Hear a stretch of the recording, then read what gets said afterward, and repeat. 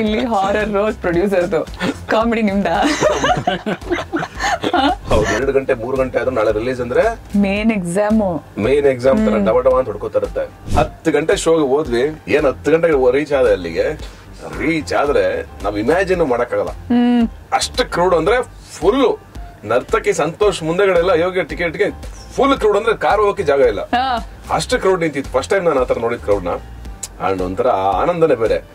Interesting ಆಗಿ ನನಗೆ ನಾನು ಬ್ರೇಕ್ ಮಾಡ್ಕೋಬೇಕು ಅಂತಿತ್ತು. ಅಂದ್ರೆ ಈಗ ತುಂಬಾ ವರ್ಷ, ಒಂದು 10 ವರ್ಷ ಜರ್ನಿ ಆಯ್ತು ನನ್ನ ಇಂಡಸ್ಟ್ರಿಗೆ ಬಂದು. ಅಂದ್ರೆ 10 years ಆಯ್ತು. ಲಾಸ್ಟ್ ಲೂಸಿಯಾ ರಿಲೀಸ್ ಆಗಿ 10 years ಆಯ್ತು. ಏನ್ ಯೋಚನೆ ಮಾಡ್ತಿದ್ದೀರಾ? ಬೇಗ ಬೇಗ ಬೆಲ್ ಐಕನ್ ಕ್ಲಿಕ್ ಮಾಡಿ. ಲೈಫ್ ನ ಮ್ಯಾಟನಿಯಲ್ಲಿ ಇದ್ದಾಗ ಯಾವತ್ತೂ ಲೈಫ್ ನ ಸೀರಿಯಸ್ ಆಗಿ ತಗೋಬಾರದು, ಜೀವನ ಹಂಗೆ ಚೆನ್ನಾಗಿ ನಗ್ನಗ್ತಾ ತಗೊಂಡ್ ಹೋಗ್ಬೇಕು ಅಂತ ಹೇಳ್ತಾರೆ. ಬಟ್ ಏನ್ ಮಾಡೋದು, ಒಂದ್ ಕಡೆ ಜೀವನ, ಅದ್ರಲ್ಲೂ ಮಧ್ಯದಲ್ಲಿ ಬಂದಾಗ ಮ್ಯಾಟ್ನಿ ಅಂತ ಬಂದಾಗ ಒಂದ್ ಕಡೆ ಹಾರರ್, ಅಯ್ಯೋ ನನ್ನ ಲೈಫ್ ನ ಎಂಡಿಗೆ ಎಲ್ಲಿಗೆ ಹೋಗ್ತಿದ್ದೀನಲ್ಲ ಅಂತ. ಈ ಗ್ಯಾಪ್ ಅಲ್ಲಿ ಒಂಥರ ತಿರುಗಿ ನೋಡಿದ್ರಲ್ಲ ಕಾಮಿಡಿಯಾಗಿ ಕಾಣಿಸ್ತಾ ಇರುತ್ತೆ. ಸದ್ಯಕ್ಕೆ ಅಂತದ್ದೇ ಒಂದು ಘಟ್ಟದಲ್ಲಿ ನಾವಿದೀವಿ. ಅಂಡ್ ನಮ್ಮ ಮ್ಯಾಟ್ನಿ ಬಾಯ್ಸ್ ಸ್ಟುಡಿಯೋನಲ್ಲಿ ವೆಲ್ಕಮ್ ನೇತ್ರಾ ಶೋಗೆ. Thank you. ಸತೀಶ್ ನೀನಾಸಂ ಅವರು, ಶಿವರಾಜ್ ಅವರು, ಪೂರ್ಣ ಅವರು, ವೆಲ್ಕಮ್. ಹೇಗಿದ್ದೀರಿ ಎಲ್ಲರೂ? ಸೂಪರ್ ಚೆನ್ನಾಗಿದ್ದೀವಿ. 3 ವರ್ಷ ಆದ್ಮೇಲೆ, ಬಹುಶಃ 3 ವರ್ಷ ಆಯ್ತು, 4 ವರ್ಷ ಆಯ್ತು ಸ್ಟುಡಿಯೋಗೆ ಬಂದು ನಾನು ರೇಡಿಯೋ ಸಿಟಿಗೆ. ಅದೇ ನಿಮ್ಗೆ ಹೇಳಿದೆ ನಾನು ಅವಾಗ್ಲೇ, ಕನ್ಫ್ಯೂಸ್ ಆಗ್ಬಿಟ್ಟು ಅಲ್ಲಿಗೆ ಹೋಗಿದ್ದೆ. ನಮ್ ಹಳೆ ಆಫೀಸ್ಗೆ ಹೋಗಿ ಫೈನಲಿ ವಾಪಸ್ ಬಂದಿದ್ದೀರಾ ಈಗ ಸದ್ಯಕ್ಕೆ. ಅಂತೂ ಸಿನಿಮಾ ರಿಲೀಸ್ ಆಗೋಕ್ ರೆಡಿ ಇದೆ. ನಾವ್ ಹೇಗಿದ್ದೀವೋ ಗೊತ್ತಿಲ್ಲ. ನಾನು ಸುಮಾರು ನಿಮ್ಮನ್ನ ನೋಡಕ್ ಶುರು ಮಾಡಿ ಲೂಸಿಯಾ ಟೈಮ್ ಇಂದ ನೋಡ್ತಾ ಇದ್ದೀನಿ, ಸ್ಟುಡಿಯೋಗೆ ಬರಕ್ ಶುರು ಮಾಡಿದ್ದೀನಿ ಡ್ರಾಮಾದಿಂದ. ಅಲ್ಲಿಂದ ಇವತ್ತರೆಗೂ ಏನು ಚೇಂಜಸ್ ಆಗಿಲ್ಲ ನಿಮ್ಮಲ್ಲಿ, ಹಾಗೆ ಇದ್ದೀರಾ? ಇದು ಏನು ಚೇಂಜ್ ಆಗಿಲ್ಲ ಅಟ್ಲೀಸ್ಟ್ ನೋಡಿ, ಒಂದು ಬಿಳಿ ಕೂದಲು ಬಂದಿದೆ, ಒಂದೇ ಒಂದು. ನಂಗೂ ಬಂದಿದೆಯಪ್ಪ, 2 ಬಂದಿದೆ. ತೋರ್ಸಲ್ಲ ಆದ್ರೆ ನಿಮ್ಮಲ್ಲಿ ಏನು ಚೇಂಜಸ್ ಆಗಿಲ್ಲ.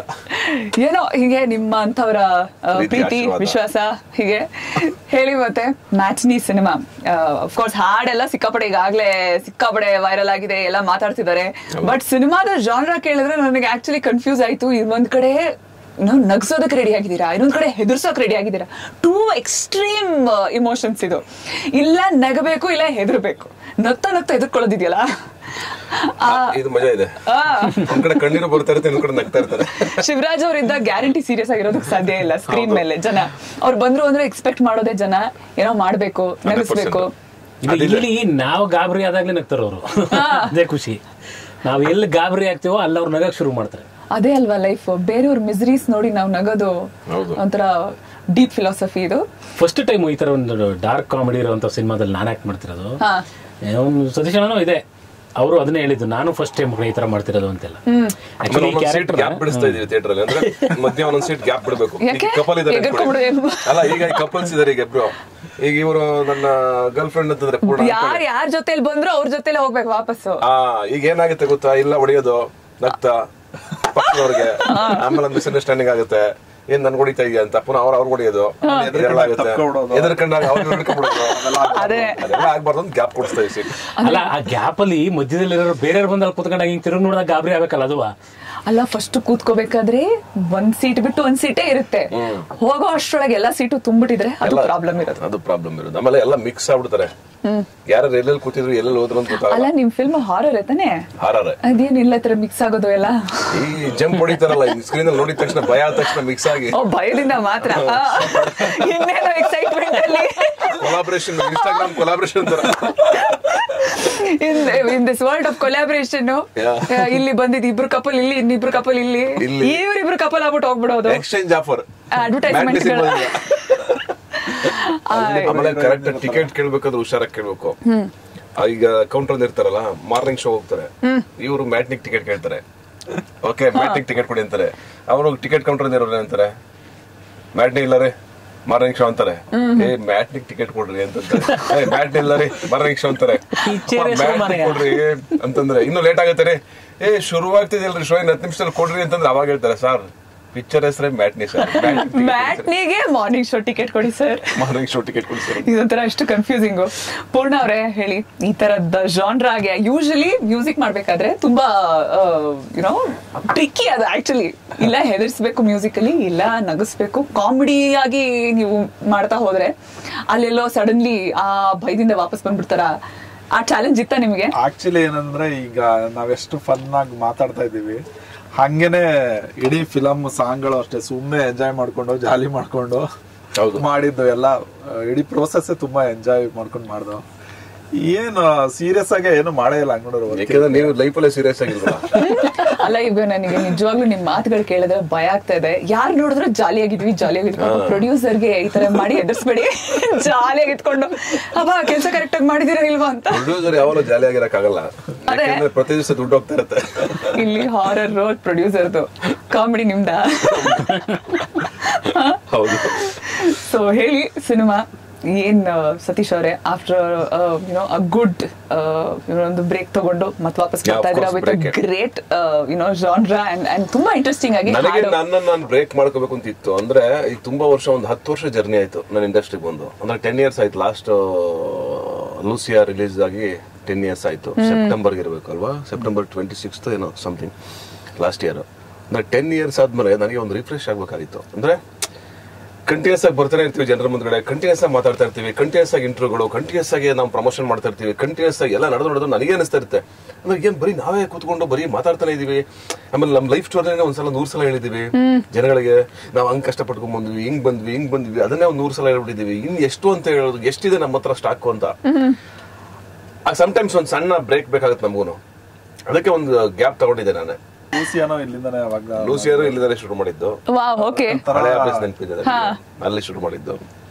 ಅಂಡ್ ಅದು ಒಂಥರ ನಮಗೆ ಪಾಸಿಟಿವ್ ಎನರ್ಜಿ ಜೊತೆ ಶುರು ಮಾಡ್ತಾ ಇದೀವಿ ಅಂತ ಅನಿಸ್ತಾ ಇದೆ. ದೇವದ್ ಫಿಲ್ಮ್ ತಂದಿದ್ದೀರಾ ಪಾಸಿಟಿವ್ ಅಂದ್ಬಿಟ್ಟು. ಯಾಕಂದ್ರೆ ಯಾವ್ಯಾವ ದೇವಗಳಲ್ಲಿ ಎಲ್ಲಿ ವಾಸ ಮಾಡ್ತಾ ಇರ್ತೀವಿ ಅಂತ ಗೊತ್ತಿಲ್ಲ. ಯಾಕಂದ್ರೆ ಎಷ್ಟೋ ದೇವಗಳಲ್ಲಿ ಎಲ್ಲಿ ಬಂದು ಹೋಗಿರೋರು, ಎಷ್ಟೋ ದೇವಗಳೆಲ್ಲ ಕೂತಿರ್ಬೋದು. ಸಕ್ಸಸ್ಫುಲ್ ದೇವಗಳು ಕೇಳಿಸ್ಕೊಂತ ಅಂತವೆಲ್ಲ. ನೀವು ಪ್ರಮೋಷನ್ ಮಾಡಿ ಕೊಲಾಬ್ ಮಾಡ್ಬೋದು ನೀವು ದೇವಗಳ ಜೊತೆ.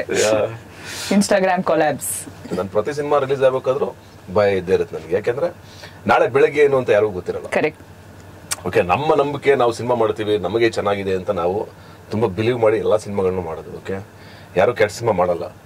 ಬಟ್ ಏನಂದ್ರೆ ಜನ ಹೇಗ್ ರಿಸೀವ್ ಮಾಡ್ತಾರೆ, ಆ ಟೈಮಲ್ಲಿ ಅವ್ರ ಮೂಡ್ ಹೆಂಗಿರುತ್ತೆ ಎಲ್ಲ. ಪ್ರತಿ ಸಿನಿಮಾ ಯೋಗ್ಯ ಆಗ್ಬೇಕಾದ್ರೂ ನಾನು ಹಿಂದಿನ ದಿವಸ ಆಕ್ಚುಲಿ ಮಹೇಶ ಫೋನ್ ಮಾಡ್ದೆ ನನಗೆ. ಮಹೇಶ ಫೋನ್ ಮಾಡ್ಬಿಟ್ಟು ನಾನು ಅಂದೆ, ಸರ್ ನಾಳೆ ಬೆಳಿಗ್ಗೆ 9 ಮೈನ್ ಥಿಯೇಟರ್ ಹತ್ರ ಸರ್ ಅಂತಂದ್ರೆ. ನಾನು ಜನ ಬಂದಿರ್ತಾರೆ, ನಾ ಸುಮ್ನೆ ಯಾಕಪ್ಪ ಆಮೇಲೆ ಹೋಗಿ ನಾ ಬರಲ್ಲ ಬರೋ, ಮ್ಯಾಟ್ನಿಗೆ ಹೇಳೋ, ಮ್ಯಾಟ್ನಿಗೆ ಫೋನ್ ಮಾಡಿ ನನ್ಗೆ ಬಂದವ್ರ ಇಲ್ವ ಅಂತ, ಆಮೇಲೆ ನಾ ಬರ್ತೀನಿ ಅಂತ. ಬೆಳಿಗ್ಗೆ ಫೋನ್ ಮಾಡ್ದೆ 9 ಫೋನ್ ನೋಡಿದ್ರೆ ಭಯ ನನಗೆ, ಒಂಥರ ನರ್ವಸ್ ಆಗ್ತಾ ಇರುತ್ತೆ. ಏನ್ ಫೋನ್ ಬರ್ತಾ ಇದೆಯಲ್ಲ, ಫೋನ್ ಬರ್ತದೆ. ಪ್ರತಿ ಸಿನಿಮಾನು ಪರೀಕ್ಷೆನೆ, ಅಗ್ನಿ ಪರೀಕ್ಷೆನೆ. ಯಾಕಂದ್ರೆ ಒಂದೊಂದು ಸ್ಟೆಪ್ ಮೇಲೆ ಇಡ್ಬೇಕಲ್ಲ ನಾವು. ಸರಿ ಇದಾಯ್ತು, 9 ಫೋನ್ ಮಾಡ. 9 ಗಂಟೆಗೆ ನಾನು ಎದ್ದುಬಿಟ್ಟು ಹೆಂಗೋ 2 ಗಂಟೆಗೆ ಸ್ನಾನ ಮಾಡ್ಕೊಂಡು 8 ಗಂಟೆಗೆ ಇಡೀ ರಾತ್ರಿ ನಿದ್ದೆ ಬರಲ್ಲ ನಮ್ಗೆ ಅವತ್ತು. 2 ಗಂಟೆ 3 ಗಂಟೆ ಆದ್ರೂ ನಾಳೆ ರಿಲೀಸ್ ಅಂದ್ರೆ ಮೇನ್ ಎಕ್ಸಾಮ್ ತರ ಡಬ ಅಂತ ಹೊಡ್ಕೋತಾ ಇರುತ್ತೆ. ಅದಾದ್ಮೇಲೆ ಬೆಳಗಿನ ಜಾವ 8 ಫೋನ್ ಮಾಡ್ದ ಮಹೇಶ. ಫೋನ್ ಮಾಡಿ, ಸರ್ ರೆಡಿನಾ ಸರ್ ಅಂತಂದ. ಸ್ನಾನ ಮಾಡ್ತೀನಿ ಈಗ ಅಂತಂದೆ. ಸ್ನಾನ ಮಾಡ್ಕೊಂಡು ರೆಡಿ ಆಗಿ ಅಲ್ಲಿ ಒಂದು ಹೋಟೆಲ್ ಇದೆ, ಅಲ್ಲಿ ಈ ನರ್ತಕಿ ಥಿಯೇಟರ್ ಇಂದ ಸಂತೋಷ್ ಥಿಯೇಟರ್ ಇದೆಯಲ್ಲ, ಅದ್ರ ಹಿಂದಕ್ಕೆ ಒಂದು ಲೆಫ್ಟ್ ಸೈಡ್ಗೆ ಒಂದು ಸಾಗರ್ ತರ ಏನೋ, ಶಾಂತಿ ಸಾಗರ್ ತರದ್ ಏನೋ ಸಮಥಿಂಗ್ ಒಂದು ಹೋಟೆಲ್ ಇದೆ.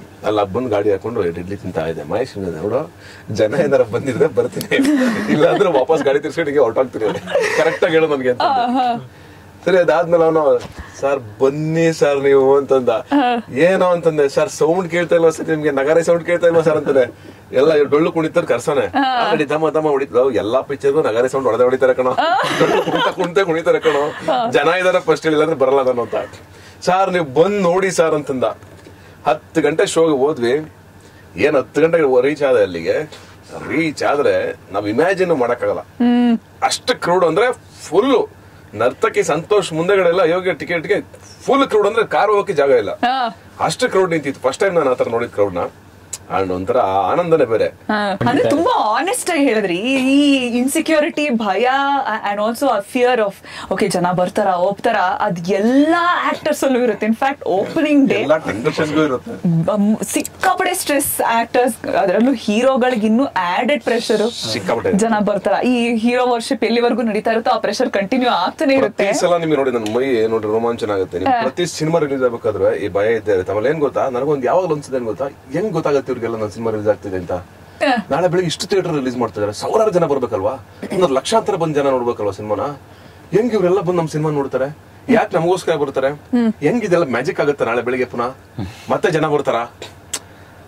ಅನ್ನೋ ಒಂದು ಟೆನ್ಷನ್ ಇರುತ್ತೆ ಗೊತ್ತಾ. ಅದು ಬಹುಶಃ ಯಾರಿಗೆ ಹೆಂಗಿದೆ ಗೊತ್ತಿಲ್ಲ, ನನಗೆ ಖಂಡಿತವಾಗ್ಲೂ ಇದೆ ಅದು. ಐ ಆಮ್ ಶೋರ್ ಎಲ್ಲಾ ಆರ್ಟಿಸ್ಟ್ಗಳು ಫೇಸ್ ಮಾಡ್ತಾರೆ, ಎಲ್ಲ ಹೇಳ್ಕೊಳಲ್ಲ. ಕೆಲವರು ಆನೆಸ್ಟ್ ಆಗಿ ನಿಮ್ ತರದವ್ರು ಹೇಳ್ತಾರೆ ನಮ್ಮಲ್ಲಿರೋ ಭೂತಗಳು ಇವು, ಭೂತಗಳನ್ನ ಫೇಸ್ ಮಾಡ್ತಾ ಹೋಗ್ಬೇಕಾಗತ್ತೆ. ಅವ್ ಕೂತ್ಕೊಂಡು ಹೇಳ್ತಿರ್ತವೆ ಕೆಲವು, ಇಲ್ಲ ಅಯ್ಯೋ ಈ ನಿನ್ ಸಿನಿಮಾ ಯಾಕೆ ನೋಡಕ್ ಬರ್ಬೇಕು, ಏನೋ ನೋಡಿದಾಗ ಪಾಸಿಟಿವ್ ಆಗಿ ಓಕೆ ಬಂದ್ರ ನಿಜವಾಗ್ಲೂ ಇಂಥದ್ದೊಂದು. ಈಗ ಒಂದ್ ಸಿನಿಮಾ ನೋಡ್ಬೇಕು ಅಂತಂದ್ರೆ ಅವ್ರಿಗೆ ನೋಡಿ ಅವರು ಟೈಮ್ ಕೊಡ್ಬೇಕು.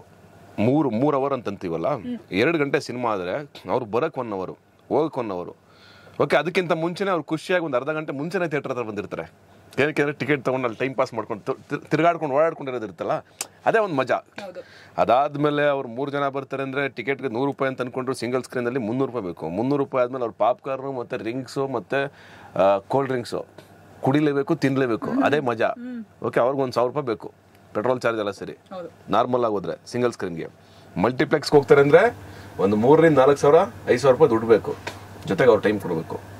ಇಷ್ಟನ್ನು ಇಟ್ಕೊಂಡು ಒಂದು ಸಿನಿಮಾ ಒಳಗಡೆ ಯಾಕೆ ಬರ್ತಾರೆ? ನಾವು ಎಷ್ಟು ನಂಬಿಕೆ ಗಳಿಸ್ಕೋತಾ ಇದೀವಿ, ಇಲ್ಲ ನಮ್ಮಲ್ಲಿ ಏನಾದ್ರು ಸಮಸ್ಯೆ ಇದೆಯಾ? ಈ ಆತ್ಮಾವಲೋಕನ ಮಾಡ್ತಾ ಮಾಡ್ತಾ ಸಿನಿಮಾಗಳು ಮಾಡಿದ್ರೆ, ಕ್ವಾಲಿಟಿ ಕಡೆ ಗಮನ ಕೊಟ್ರೆ, ನಾವು ಏನಂದ್ರೆ ಒಂದೊಂದು ಸಿನಿಮಾದಿಂದ ಒಂದೊಂದು ಸಿನಿಮಾ ಕ್ವಾಲಿಟಿ ರೈಸ್ ಆಗ್ಬೇಕಲ್ಲ ನಮ್ದು. ಅದನ್ನ ಮಾಡ್ತಾ ಹೋದ್ರೆ ಖಂಡಿತವಾಗ್ಲೂ ಜನ ಬರ್ತಾರೆ ಅನ್ನೋ ನಂಬಿಕೆ ಇದೆ. ಬಟ್ ಇದೆಲ್ಲ ಆದ್ಮೇಲೂ ಒಂದ್ ಸಣ್ಣ ಭಯ ಇರುತ್ತೆ, ನಾಳೆ ಬೆಳಗ್ಗೆ ಸಿನಿಮಾಗೆ ಜನ ಬರ್ತಾರ.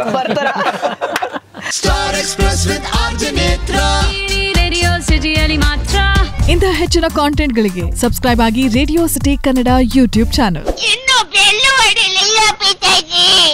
ಏನ್ ಯೋಚನೆ ಮಾಡ್ತಿದ್ದೀರಾ? ಬೇಗ ಬೇಗ ಬೆಲ್ ಐಕನ್ ಕ್ಲಿಕ್ ಮಾಡಿ.